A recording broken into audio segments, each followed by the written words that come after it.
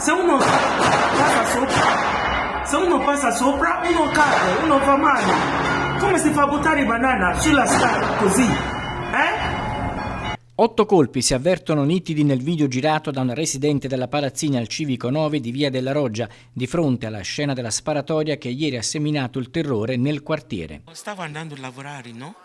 Poi ho visto che c'era banana sulla scala, stavo facendo video per mandare il latte, poi sentivo boom boom boom di sparo, io pensavo fuoco artificiale. A terra ancora il sangue dei feriti, 4 in tutto, le tracce coprono il vialetto fin quasi all'ingresso del portone della Palazzina al numero 5. Mi sono vista così a un certo punto arrivare il ragazzo fuori che ha cominciato con la pistola pum pum pum pum pum, però così, sparava così. Dopo... Che veniva fuori dal palazzo qui? Sì, perché lui abita qua. Quando io ho visto che ha cominciato a sparare ho detto cosa fai? Ho detto non fare.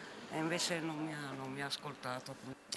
Comunque lui non aveva intenzione di ammazzarli, perché se voleva ammazzarli per me sparava così. La sera della sparatoria, durante la raccolta di indizi da parte della polizia, alcuni agenti indugiavano vicino ad un albero di Via della Roggia e sul muro di cinta di un condominio che si trova sulla linea di tiro. E visto che siamo praticamente in linea di tiro, come dicevo,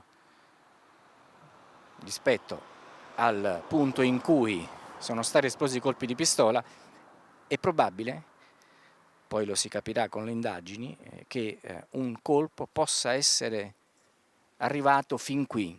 Capirete che è stata, se così è andata,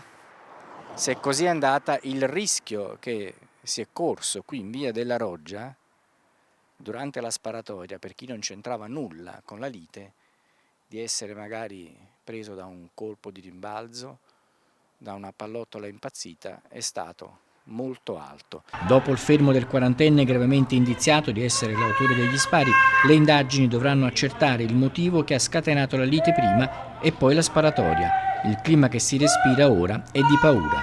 Adesso dopo l'accaduto di ieri ovviamente un po' di paura c'è girare perché abito qua da più di 10 anni e ho scelto questa zona proprio per motivi che era una di più zone calmi e sicuri di Udine, invece adesso sì, mi fa un po' di ansia. Io ho già detto anche a te, perché questa è la mia finestra qua, no? Io vedo sempre gente strana che non abitano qua, che entrano, sempre. Io ho già detto a te, ho scritto anche lettera, non hanno fatto ancora niente.